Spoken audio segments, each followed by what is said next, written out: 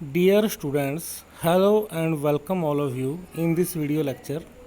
My name is Jasbir Singh, your social science teacher. आज हम class 10th history के chapter second nationalism in India के एक बहुत ही important topic factors promoting growth of nationalism in India को discuss करने वाले हैं. So let's start the video. Factors promoting growth of nationalism कि वो कौन से फैक्टर्स थे जिनके कारण भारत में नेशनलिज्म की ग्रोथ हुई, राष्ट्रवाद का विकास हुआ. फर्स्ट ऑफ ऑल हम देखेंगे कि व्हाट इज़ नेशनलिज्म. नेशनलिज्म क्या है? The feeling of oneness. तो पहले ही चार शब्दों में, चार वर्ड्स में नेशनलिज्म को बताया गया है. द फीलिंग ऑफ नेशनलिज्म जो है वो वननेस की जो फीलिंग है, एक होने की भावना कि हम सब एक हैं, नेशनलिज्म कहलाता है. And common consciousness that emerge when people living in a common territory share some historical, political and cultural background, have the same language, culture, values and consider themselves as one nation. कि जहाँ पर हम देखते हैं कि हम एक same territory में रहते हैं, हमारा हिस्टोरिकल, पॉलिटिकल और कल्चरल बैकग्राउंड सेम है, हम सेम लैंग्वेज बोलते हैं, या जो हमारी कल्चरल वैल्यूज़ हैं वो सेम हैं, और जहाँ हमें लगे कि हम एक जैसे हैं सब, वहाँ पर नेशनलिज्म होता है. लेकिन अगर हम आप भारत की सोसाइटी को ध्यान से देखें तो ना तो भारत में एक लैंग्वेज बोली जाती है, यहाँ मल्टीपल लैंग्वेज बोली जाती हैं, कई सारे रिलीजन हैं, अलग अलग टेरिटरी में लोग रहते हैं, आज भी रहते हैं. और जब नेशनलिज्म का विकास भारत में हुआ, ग्रोथ हो रही थी, तो भारत अलग अलग पॉलिटिकल डिवीज़न में बटा हुआ था. भारत में 500 से भी ज़्यादा प्रिंसली स्टेट हुआ करते थे, और अलग अलग स्टेट के लोग, अलग अलग स्टेट जो थे वो इंडिपेंडेंट थे, तो एक अलग अलग कंट्री की तरह होते थे, और हर जगह के जो लोग थे वो अपनी अपनी कंट्री के प्रति ही उनमें राष्ट्रवादी या राजभक्ति होती थी. तो पूरा इंडिया यूनाइट नहीं था और ना ही नेशनलिज्म का कोई विकास था. लेकिन फिर इंडिया में ऐसा क्या हुआ कि भारत में नेशनलिज्म का विकास हुआ. आज हम अपने भारत के प्रति जितने जो कॉन्शियस हैं वो कैसे हुए, ये भावना हम में कहाँ से आई. तो इसके कुछ फैक्टर थे जिसमें से हम कुछ इंपॉर्टेंट फैक्टर्स को ब्रीफ में यहाँ डिस्कस करने वाले हैं. तो आपने ध्यान से इस वीडियो को देखना है. First of all economic exploitation. तो जैसे कि आप सबने पिछले वीडियोज़ में देखा है या पढ़ा है, समझा है कि भारत में ब्रिटेन का कंट्रोल था, और ब्रिटेन जो है वो इकोनॉमिक रीज़न से भारत में आया था. तो भारत में आने के बाद भारत से ज़्यादा वेल्थ की लूट करने के लिए ब्रिटेन ने यहाँ पर इकोनॉमिक एक्सप्लॉयटेशन शुरू कर दिया. Indians realise that British aim was to promote their own interest instead of welfare of Indians. Indians को ये बात पूरी तरह से पता चल गई थी कि इंडिया के अंदर जो ब्रिटिश हैं वो अपने इंटरेस्ट के लिए यहाँ काम कर रहे हैं, ना कि इंडियंस का वेलफेयर करने के लिए. सोसाइटी में जितने भी सेक्शन थे, उनकी जो इकोनॉमिक फ्रीडम थी वो ब्रिटिश रूल के अंडर फ्रीज़ हो चुकी थी, वो फ्री नहीं थे, सॉरी. तो इकोनॉमिक फ्रीडम लोगों को बिल्कुल सभी सेक्शंस को इक्वली नहीं थी. There was an economic discontent in different sections. तो अलग अलग सेक्शन जो सोसाइटी के थे उनमें इकोनॉमिक डिस्टेंट थी, जैसे कि यहाँ पर डिटेल में दिया गया है, तो एक ही स्लाइड में सारा बताया गया है. तो स्लाइड आपने ध्यान से देखनी, इसका आप स्क्रीनशॉट ले सकते हो. तो सबसे पहले पीजेंट्स की हम बात करते हैं. पीजेंट यानी कि जो एग्रीकल्चर से जुड़े हुए लोग थे. They were the main victim of British policies. A large part of their produce were taken away in the form of land revenue. This led to them into the clutches of money lenders and landlords. तो जो British policies थी उसके main जो victim थे वो peasant थे. जो peasant जो किसान थे वो जो भी खेती प्रोड्यूस करते थे उसका बड़ा हिस्सा रिवेन्यू में चला जाता था, टैक्स में चला जाता था, और जो साहूकार या लैंडलॉर्ड होते थे उनके चंगुल में ये फंसे हुए थे, बहुत ही गरीबी का जीवन जी रहे थे. फिर आर्टिशियन एंड क्राफ्ट्समैन, ये जो कलाकार या जो क्राफ्ट हाथ से बनी हुई चीज़ें बनाने वाले थे. British were against the interest of Indian industries. India become the source of raw material and market for their finished goods. This policy ended the source of livelihood of many Indian artisan and craftsman. तो जो British थे वो Indian industries को ख़त्म करना चाहते थे.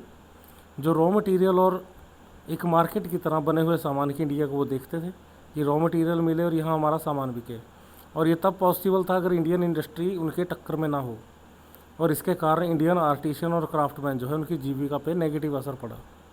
फिर वर्किंग क्लास, ये जो जॉब करने वाले लोग थे, तो growth of modern Indian industry led to the British to the working class, they were exploited by factory owners.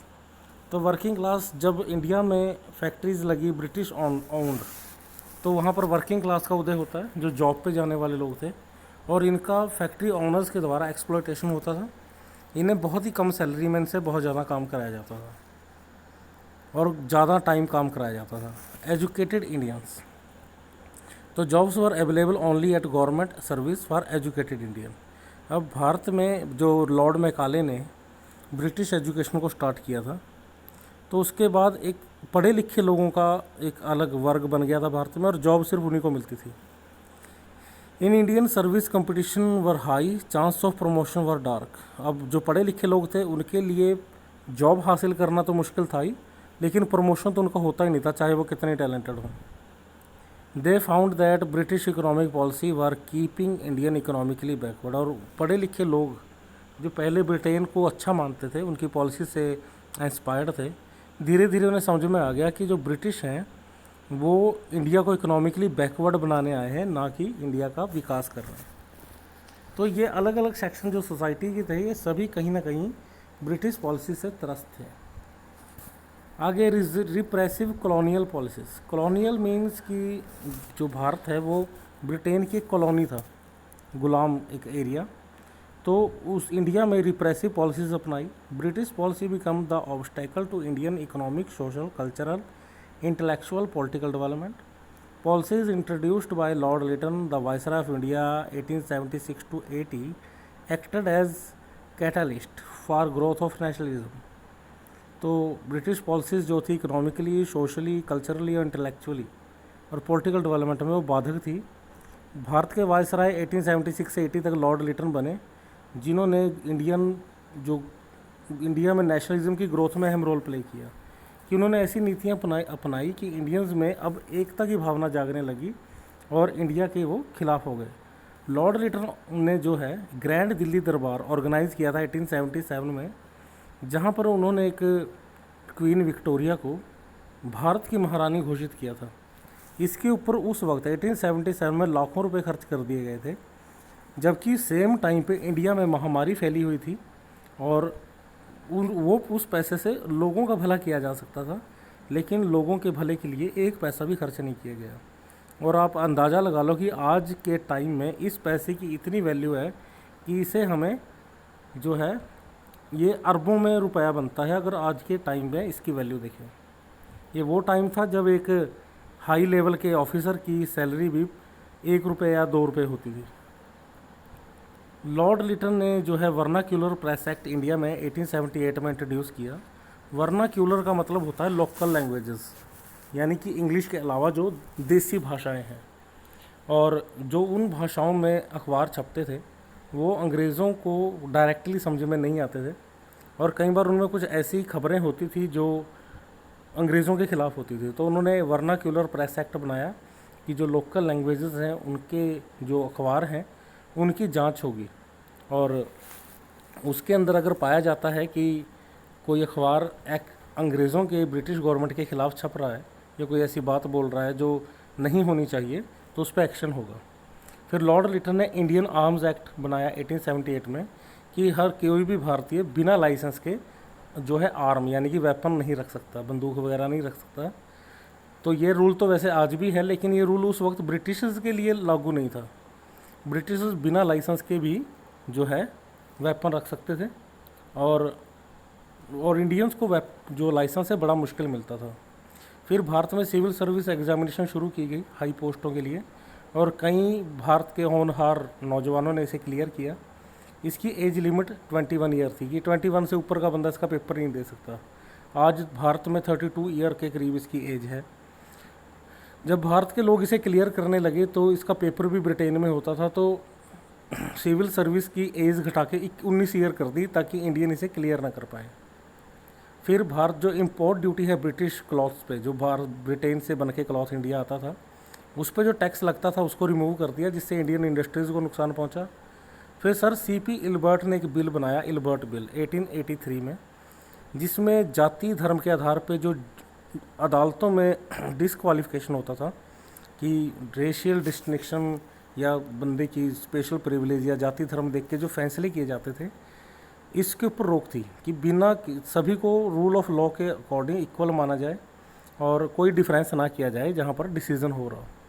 लेकिन ये अच्छा रूल था भारतीयों के लिए, पढ़े लिखे लोगों ने इसको सपोर्ट किया, लेकिन लॉर्ड लिटन ने जो है इसे अबॉलिश कर दिया, इसे ख़त्म कर दिया। तो इससे इंडियंस को पता चल गया कि जो ये अंग्रेज़ सरकार है वो भारतीयों के वेलफेयर में बिल्कुल नहीं सोच रही है। नेक्स्ट है सोशल रिलीजियस मूवमेंट्स। तो इंडियंस ने रियलाइज़ किया कि अब हमें अपने रिलीजन में और सोसाइटी में रिफॉर्म करने होंगे, क्योंकि हमारी सोसाइटी में बहुत कमियां थी। और जो सोशल रिलीजियस रिफॉर्म है वो स्टार्ट हुए ईस्ट एंड वेस्ट, इंडिया के दोनों तरफ, सभी साइड में। उसके बाद चाइल्ड जो कास्ट सिस्टम है, चाइल्ड मैरिज है, डॉरी सिस्टम है, पर्दा सिस्टम है, सती सिस्टम है, इन्फेंटिसाइड है, ऐसी कुछ चीज़ों का अबॉलिशन किया गया अंग्रेज़ों के द्वारा। इस पर रोक लगाई गई, कहीं भारतीयों ने इसे सपोर्ट किया। और जो रिलीजियस अफेयर था उसके अंदर जो सुपरस्टिशन है या जो ऐसे अंधविश्वास हैं उसके खिलाफ या मूर्ति पूजा के खिलाफ भी आवाज़ें उठाई गई। फिर कुछ सोशल रिफॉर्मर हुए, राजा राममोहन राय जिन्होंने ब्रह्म समाज बनाया था, महात्मा ज्योतिबा फूले जिन्होंने सत्यशोधक समाज बनाया था, स्वामी दयानंद सरस्वती जिन्होंने आर्य समाज की स्थापना की थी, और स्वामी विवेकानंद जिन्होंने रामकृष्ण मिशन की स्थापना की थी। ये आपने ध्यान से याद कर लेना है। ये कुछ सोशल रिफॉर्मर है और उनके एस्टाब्लिश किए हुए समाज हैं जो आज भी भारत में काम कर रहे हैं। तो ये इम्पॉर्टेंट है, बहुत ही सुपर इम्पॉर्टेंट है ये टॉपिक। यहाँ पर हम राजा राममोहन को डिस्कस करेंगे थोड़ा ब्रीफ में। ये एक ग्रेट सोशल रिफॉर्मर थे, इन्हें फादर ऑफ इंडियन रिनेसा कहा जाता है। रिनेसा का मतलब होता है पुनर्जागरण काल। जैसे कि अगर हम यूरोप का इतिहास देखें तो 14वीं सेंचुरी तक यूरोप एक इतना पिछड़ा हुआ कॉन्टिनेंट था कि वहाँ पर औरतों को चुड़ैल बता के जिंदा जला दिया जाता था कि चुड़ैल है, इतने अंधविश्वासी थे।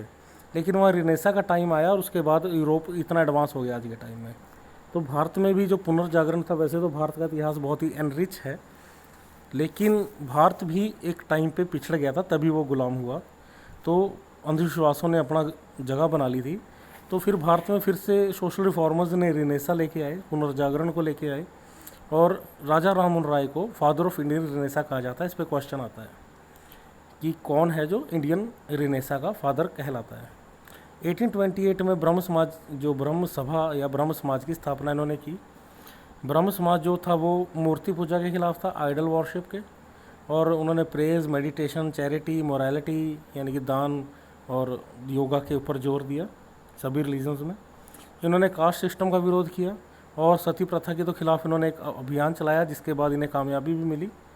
पर्दा सिस्टम, पॉलीगेमी यानी कि बहुपत्नी या बहुविवाह सिस्टम जो था, चाइल्ड मैरिज को इन्होंने विरोध किया, और विधवा पुनर्विवाह के लिए इन्होंने कोशिश की कि विधवाओं को दोबारा शादी करने की परमिशन मिले, जो उस वक्त समाज में नहीं थी।